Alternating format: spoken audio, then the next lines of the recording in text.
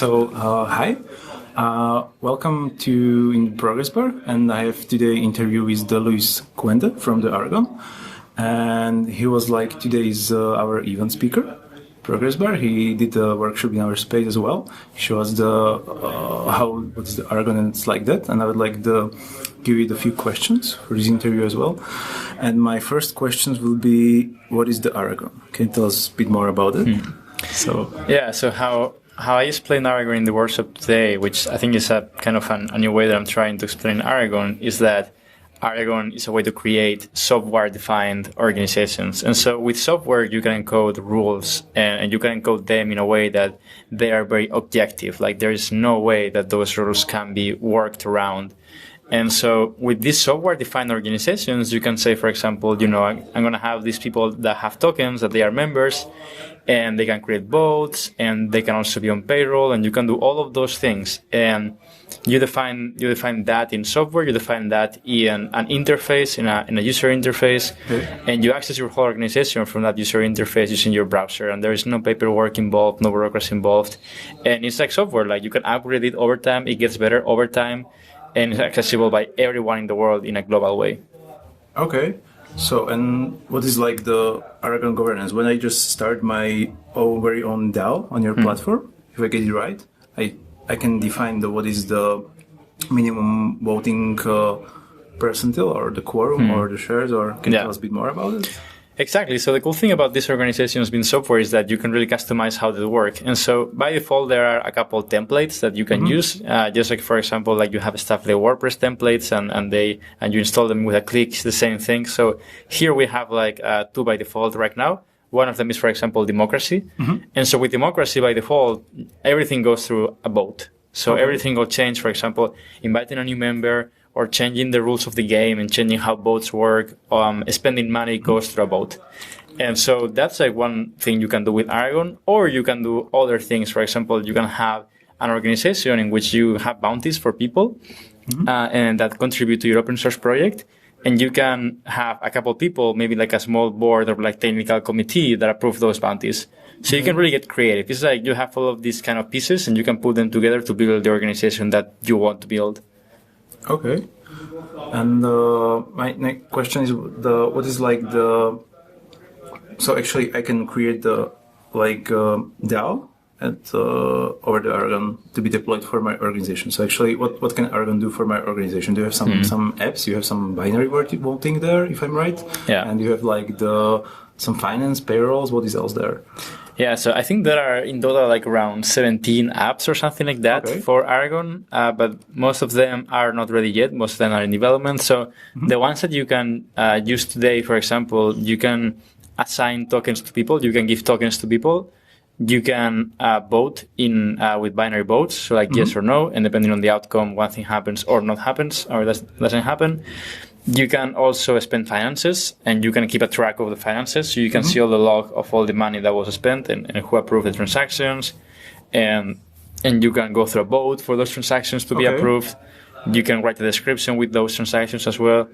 You can also change how the organization works. So if you want to change the permissions, if you want to change how the governance works, you can do it today as well. There is also one app that is being used today in mainnet called Agent, which allows the DAO to interact with third-party contracts. So, for example, you can use this app to include a DAO as like one of the signatories in like a multi-sig wallet. Or like this DAO to own a CryptoKitty, or this DAO to participate in like decentralized finance protocols, all of those things. And that is stuff that is ready today. And then the stuff that is coming is like, bounties, for example. That's one very exciting use case. You can also do like different kinds of voting. For example, you can vote on multiple option votings, not just binary, but like multiple option as well. You can do Autark, which is a very cool governance mechanism based on prediction markets. So there are a bunch of things that are coming. Okay, so yeah, I see that you have like one of your applications like the dot voting. Can you tell us a bit more about it? Yeah, so basically dot voting, it's kind of hard for me to keep track of all the apps.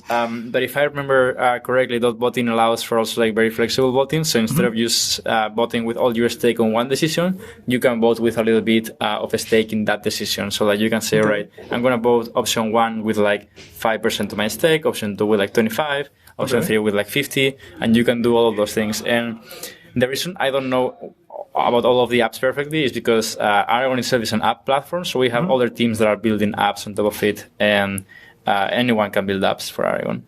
Okay. So, I would like to ask about the organizations around the Aragon. I know there is the Autark and Aragon.one. Yeah. What are these for? Yeah, and there is Aragon.black as well. And so these three teams are the teams that are working now on the Aragon core development.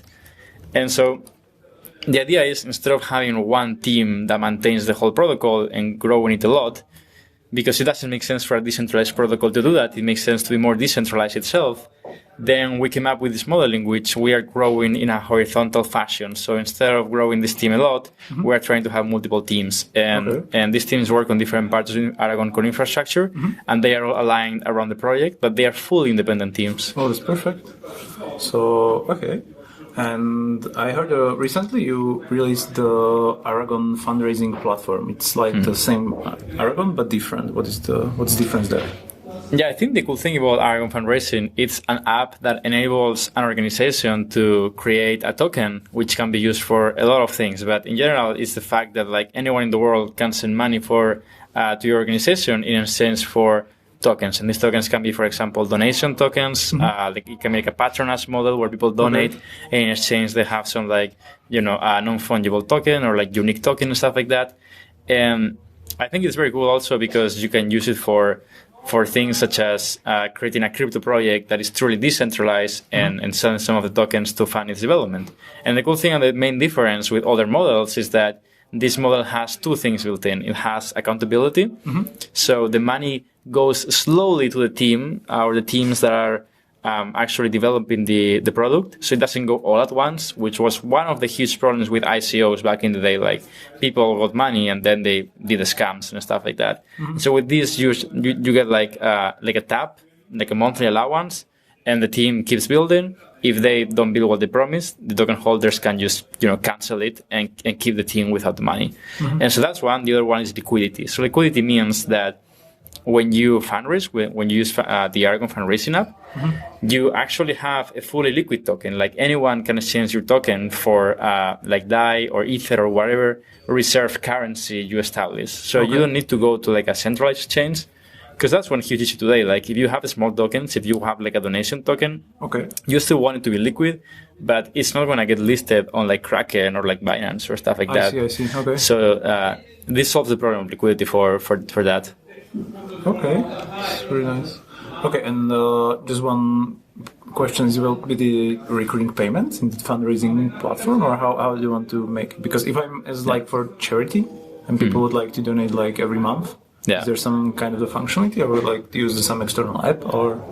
Yeah, so the cool thing about how Aragon works in terms of apps is that, for example, you can have the fundraising app, which has like enables people to fundraise and also for you to put money into the organization. And then you can have another app which is used for recurring payments. And so you may be able to use that app and plug it into the other one, and for you to basically like donate continuously every single month. So I cannot speak of the status of that recurring payment app during the summer, because we're going to release fundraising during the summer. But I know that at some point that will be something that happens, and I think maybe someone is already building it. I'm not sure. Okay. I heard there is like and it's like Saber app, if I'm right. Yeah, recently on Twitter. Okay, my another question is like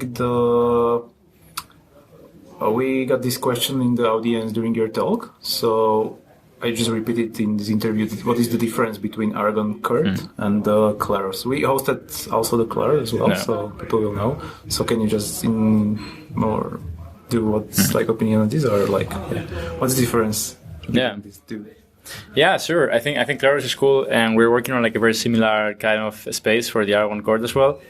And I cannot speak of like technical differences, but because I don't really follow so much the implementation, but I know that the focus is kind of different. Like in our case, we are trying to focus on decentralized organizations, and the specific problem that we're gonna target in the beginning is that with decentralized organizations, you have what is called you have the problem that there may be 51% attacks, and so that means that 51% of the DAO token holders may say, we are going to make a proposal to send all the money of the DAO to a different DAO that is controlled by just us, by this 51% majority. Okay.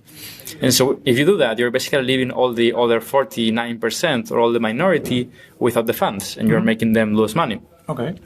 And so traditionally in organizations, in legal organizations, in the legal, like traditional world, you have bylaws that ensure that, you cannot steal from people, for example. But in this world, in this new world, you don't have those rules because you don't have like a system of law. And so the Aragon court provides that system of law. So when you create an organization, you have this smart contract, but also you have like a small agreement in which you say, okay, like, stealing is not good. Like you cannot do 51% attacks, like very basic stuff.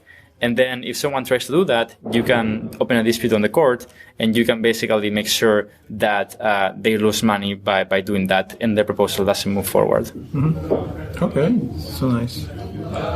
Okay, my very last question: what are your future plans in the Aragon? So what are the upcoming, let's say, the products? Yeah, in product we're working a lot. Like I think one of our main focuses is user experience, because like we figured out people cannot use this product. It's like it's so hard. Like I want my mom to be able to use this, And so we're working on like a bunch of redesigns that are coming during the summer for all the apps, a bunch of user experience improvements. Okay. And then in terms of actual applications, we're working on Aragon fundraising. And so we also want that to launch that during the summer.